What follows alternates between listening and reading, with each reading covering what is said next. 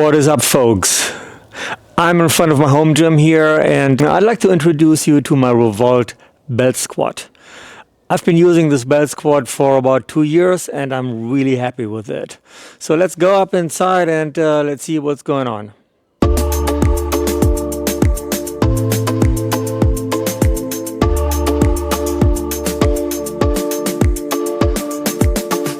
This is the one, obviously currently unloaded.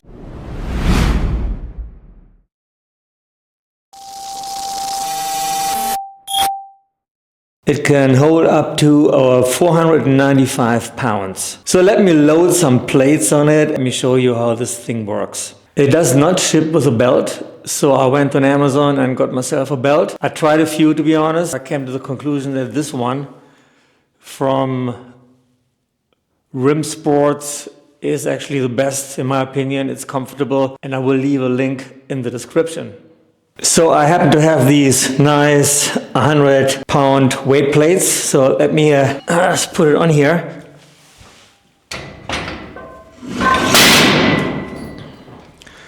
So I really love those. So now let me show you how I put on the belt and do some reps. Let's do it.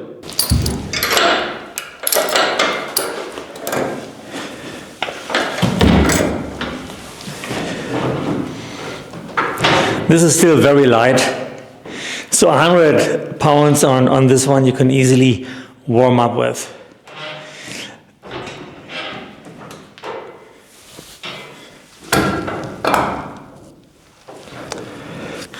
See, it allows you to go really low, so you can get your ass really down.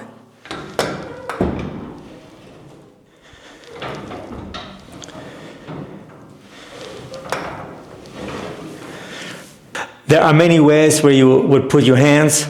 Sometimes I have my hands like in front of me, like this. You can also step back a little bit. And when you do this, you actually feel more on your outer thighs and in your glutes.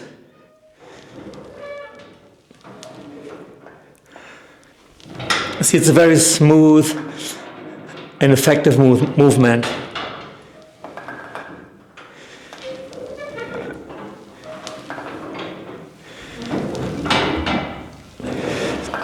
And I want to say that it feels really good on my lower back. I've got some desiccated discs around here, the lumbar region. I used to love the back squats, but I can't do them no more. Put your hands where you want.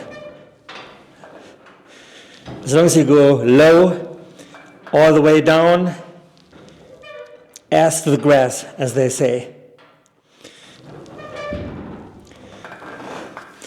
And depending on your goals, you can choose a different stance, like a wider stance if you want to. I would always point my toes inward because it feels better on my meniscus.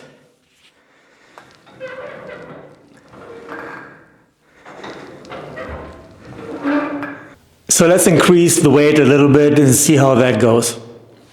I'm putting on another 45.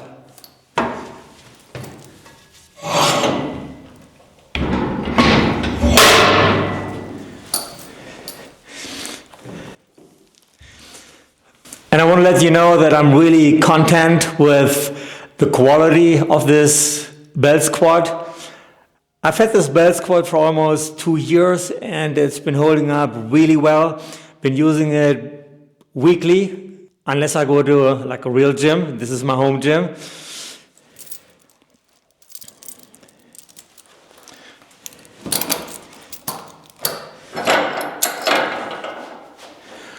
Let's do it again.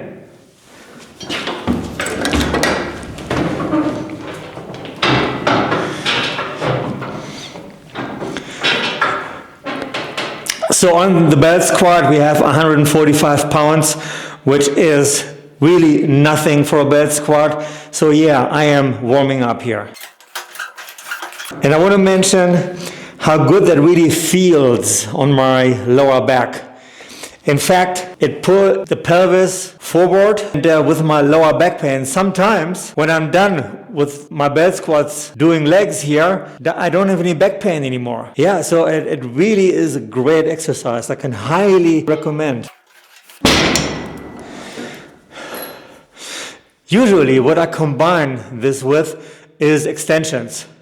So I will do a set here, as heavy as possible. Usually I do between 10 and 15 reps, and then I would head over, do extensions, basically an extended set or a superset, if you will. I don't really know actually what the difference is, but it allows me to go even lower. I feel more in my glutes and I feel more in my hams. So I'm getting locked in here. Let's see how that goes.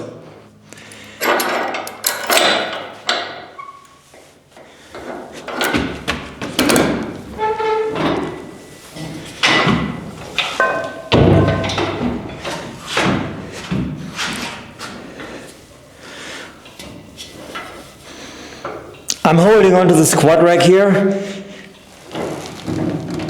This allows you to go really low.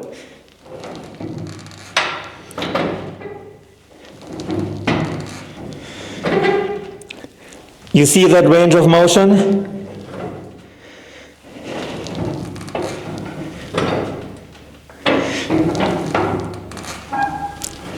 Yeah, sometimes I wish I could take this thing with me to the gym, like EOS or all of the other gyms I work out at. They don't have a belt squat. Ghost Gym, when they were in Chandler, they had one and I loved it. But honestly, even the commercial belt squat, it didn't feel much different. This does the trick. I know this is not the cheapest one. However, like I said before, the quality is really good.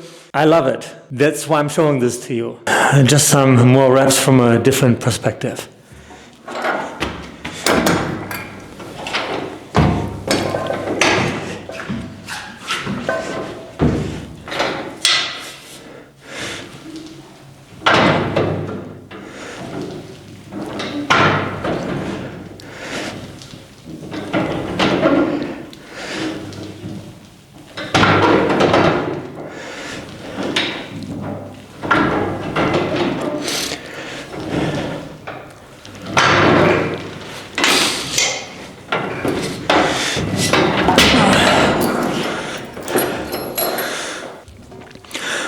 One more thing, which is great, you don't need a spotter. You can always go until failure and even beyond. How do you do that? So what happens, you've seen I'm holding on to my cage, my squat rack. Basically when you can't do it anymore, you can hold on to the plates, which I'm not showing you today, but it takes off a bit of the load and you can even do more reps. So again, increased intensity, really good. As you may have guessed, there are more things you can do with this. For instance, you can do traps, so you can do shrugs, but you can also do hams. So let me show you how this works. So for traps or hams, I'm basically using a simple straight bar, which I am attaching to the belt squat. So why don't we start with hams?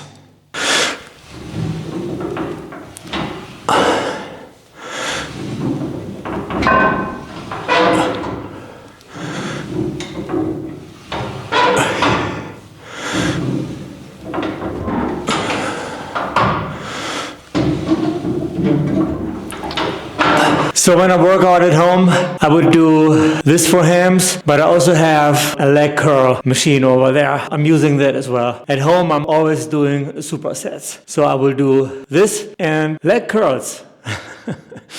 Yes. So now let me show you how to do shrugs. Shrugs, so for traps, it's a really good exercise. So let's see how that goes.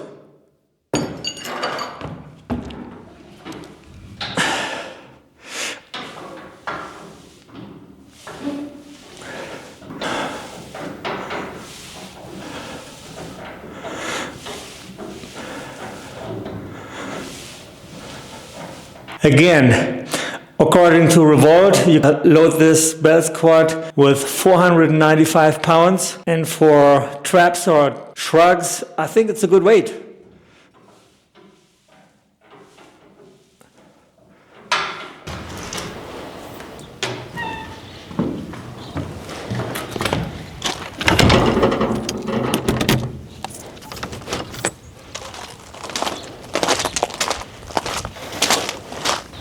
That's it, guys. Now you have seen my Revolt Belt Squat. I'm not saying it's the best out there, and it's not the cheapest, and obviously I haven't tried the other ones. However, this one, I've been very happy with it. So I'm not necessarily saying Revolt is the best make out there. I'm just saying that belt squat is a great exercise. So I suggest before you get your own one, do your own research, because perhaps you make it a cheaper option that may be great as well. I can only speak for this one. The quality is great. It doesn't squeak. It holds enough weight for me, 495 pounds. The main advantage here is, unlike the traditional squat, the back squat, where the weight is supported on the back, the belt squat actually places the load on the hips. This reduces spinal compression and lowers the strain in the lower back. That's why I'm using it personally. So it's ideal for people like me managing back pain, and generally for those looking to increase strength without risking spinal overload. Additionally, the belt squat also activates the core for stability and balance. So that's about it for today's video.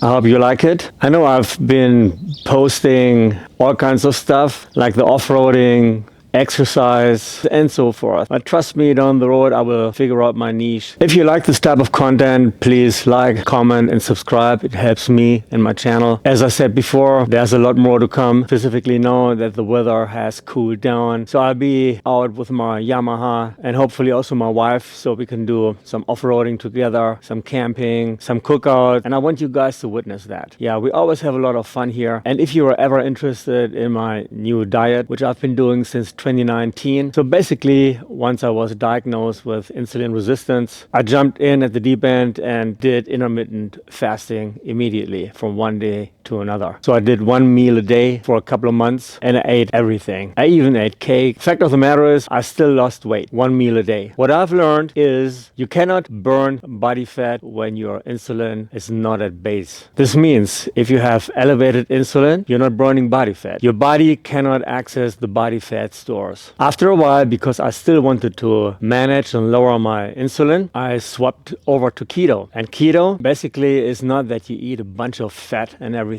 No, my keto is different. I base it on protein. So I eat high protein. I also eat a lot of fat, so I don't buy necessarily the leanest meat, and I eat butter. Mostly I don't eat processed food. However, there are cheat days, obviously, because I still do like my pizza and everything. However, candy, vegetable oil, and all of these things, they are really bad for you. And in fact, if I eat any of that these days, I break out into hives. So yeah, I cook every day, and believe it or not, yeah, I eat most days 10 eggs, 10 whole eggs. It's true.